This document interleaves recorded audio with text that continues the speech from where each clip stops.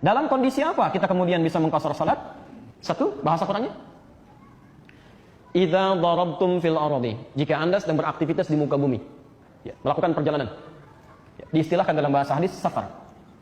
Perjalanan yang cukup jauh yang memengaruhi zona waktu. Ya, waktu bisa berubah, gitu kan? Yang kedua, fala junaha 'alaikum an taqsuru minas shalah in khiftum. Ada kalimat in khiftum. Ya, jika Anda khawatir.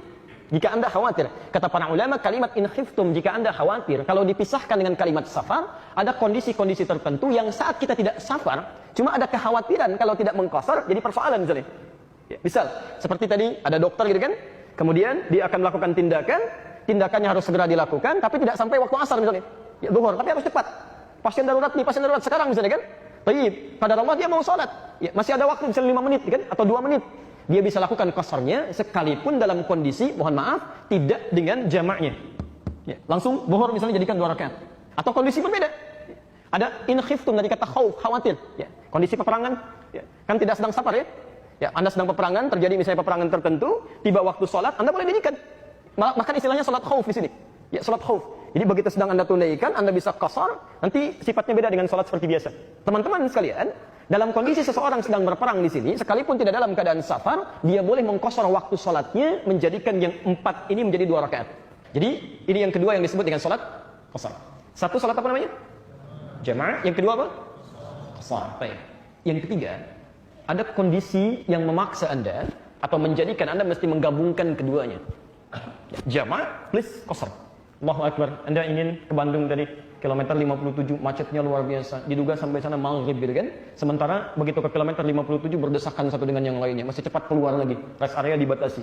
Maka kondisi seperti itu bisa menjadikan Anda menggabungkan 2 waktu sholat plus dikurangi jumlah rakaatnya. Jelas di sini? Baik, gabungkan zuhur dengan asar, masing-masing tunaikan 2 rakaat, 2 rakaat. Ini yang disebut dengan jama' qasar. Jelas? Anda tidak sedang dalam perjalanan, ada kondisi darurat tertentu. Ya, Anda seorang dokter, mesti melakukan tindakan. Oh, ini panjang nampaknya operasinya nih. Dari mulai zuhur sampai menjelang maghrib. Masya Allah, kalau Anda teruskan misalnya, ya maaf, untuk menunaikan waktu sholat di sholat asar, jadi masalah pada pasien. Begitu zuhur diamati, sudah sholat zuhur, asar belum? Ya, begitu dibuka, dilihat jantungnya, asar berkumandang. Allahu Akbar, Allahu Akbar. Maaf Pak ya, saya harus sholat dulu, nanti saya balik lagi ke sini. Gak bisa. Jadi berbahaya nanti ya kan? Maka Anda bisa tarik waktu asar ke waktu zuhur sekalipun tidak safar, Anda tunaikan 2 rakaat disebut dengan jama' qasar. Jelas di sini? Baik. Jadi ada salat jamaah, kalau situasinya tidak menuntut Anda harus qasar karena Anda sedang santai. Ada situasi qasar yang tidak harus menggabungkan dengan salat setelahnya karena waktu yang Anda tiba di tempat tujuan belum sampai ke waktu salat setelahnya. Dan ada yang ketiga, jama' dengan qasar, menggabungkan 2 waktu salat dan dikurangi jumlah rakaatnya jika kondisinya mengharuskan itu dilakukan. Baik. Itu bisa dilakukan di mana saja, tidak harus sesuai dengan pertanyaan ini. Misal ada antara Mekah dengan Madinah, tidak harus ke Mekah ke Madinah ketika Anda mau mengqasar. Mungkin ketika Anda di Bekasi pun, misal Anda bisa qasar. Ya, tidak harus ke tanah suci, mungkin sedang di tanah kusir, Anda bisa mengqasar atau menjama', gitu kan? Jelas ya, insyaallah. Baik, sekarang ada istilah jama' qasar. Kita harus bedah dulu apa itu jama', apa itu qasar, apa itu jama' qasar. Semua ini terkait dengan persoalan salat. Teori dasar dalam salat, Allah meminta kepada kita untuk menjaga semua waktu salat, tunaikan sesuai dengan waktunya. Ini teori dasarnya. Anda biasa menunaikan ibadah misalnya, Masya Allah, salat zuhur, salat asar, tepat pada waktunya. Zuhur di waktu zuhur, asar di waktu asar. Hanya qadar Allah dalam keadaan tertentu, Anda mesti menunaikan misalnya satu perjalanan tertentu, satu, ya, yang dengan perjalanan ini ada situasi-situasi yang menjadikan di antara waktu salat ini tidak bisa ditunaikan tepat pada waktunya. Anda terkena macet, kalau sampai ke tujuan waktu asar sudah lewat, kan?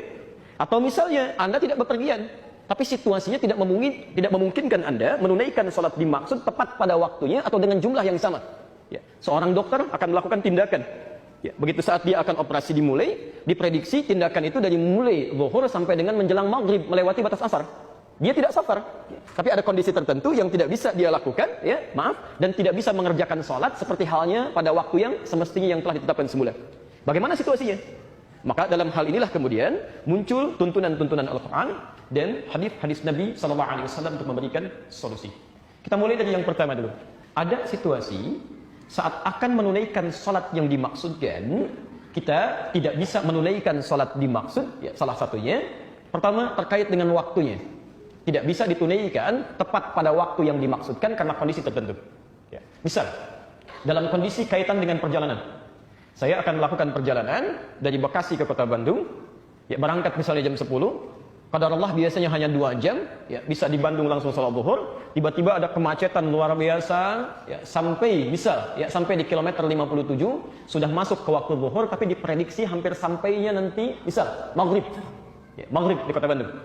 Maka disinilah kemudian dihadirkan pertama konsep jamaah. Apa itu jamaah?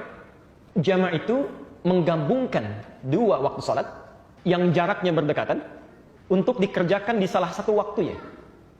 Awas, kita belum bicara qasar ya, kita baru bicara jamaah. Zuhur lebih dekat ke mana? Asar kan? Baik, jadi dari sini zuhur bisa dipertemukan dengan asar. Maghrib lebih dekat ke mana? Kemana? Ke isya gitu kan? Maghrib dekat juga dengan asar, cuman asarnya kan sudah ditarik ke zuhur. Ya, bertemu dengan zuhur. Tidak bisa 3 waktu disamakan, maka maghrib didekatkan dengan isya. Baik, subuh lebih dekat ke mana?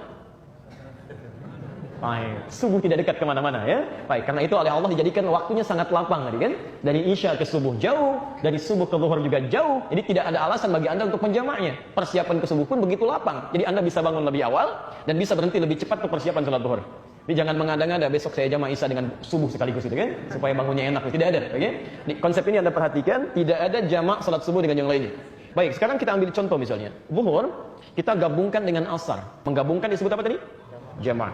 Anda tarik waktu asar ke waktu zuhur, diawalkan. Dalam bahasa Arab sesuatu yang diawalkan disebut dengan takdim. Maka muncul istilah di sini jama' takdim. Menggabungkan 2 waktu salat dikerjakan di waktu yang pertama, di awal. Jelas di sini? Jika Anda akhirkan salat zuhurnya ke waktu asar, Anda kerjakan di saat asarnya, diakhirkan. Dalam bahasa Arab sesuatu yang diakhirkan disebut dengan takhir. Maka muncul istilah di sini jama' takhir. Yaitu menggabungkan 2 waktu sholat dikerjakan di waktu terakhirnya. Jelas di sini? Baik. Nah, Bapak Ibu sekalian, pelan-pelan menjamak sholat itu sekiranya bisa dikerjakan dalam waktu yang luang. Begitu Anda istirahat, saya nggak buru-buru lah, gitu kan? Nyampe di Bandung maghrib juga nggak ada sesuatu yang dikejar. Maka dalam waktu yang luang ini, Anda tidak harus mengurangi jumlah rakaatnya, tapi bisa dikerjakan secara sempurna. Misal, yang zuhurnya 4, yang asarnya 4. Maka di sini yang disebut dengan jamak kamil, jamak sempurna. Mengerjakan 2 waktu sholatnya secara sempurna dengan jumlah rakaat yang telah ditetapkan. Jelas di sini? Dan ini sering dipersingkat dengan istilah jamak saja. Saya jamak. Jelas ya? Kondisi kedua. Saya mau perjalanan ke satu tempat. Mau ke Lampung misalnya. Flight pertama untuk penerbangan di waktu siang berlangsung schedule-nya jam setengah 1, ya, jam 12.30. Ke Lampung itu kalau menggunakan pesawat, qadar Allah itu paling lama 30 menit. Ya, 26 menit, 30 menit langsung landing gitu kan. Nah, hanya waktu zuhurnya jam 11 sekarang misal 38.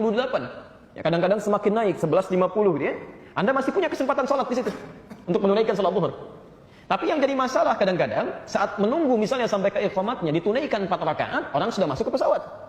Kalau Anda selesaikan sampai 4 rakaat, ya Anda bisa ketinggalan pesawat. Ya. Bagaimana solusinya di sini?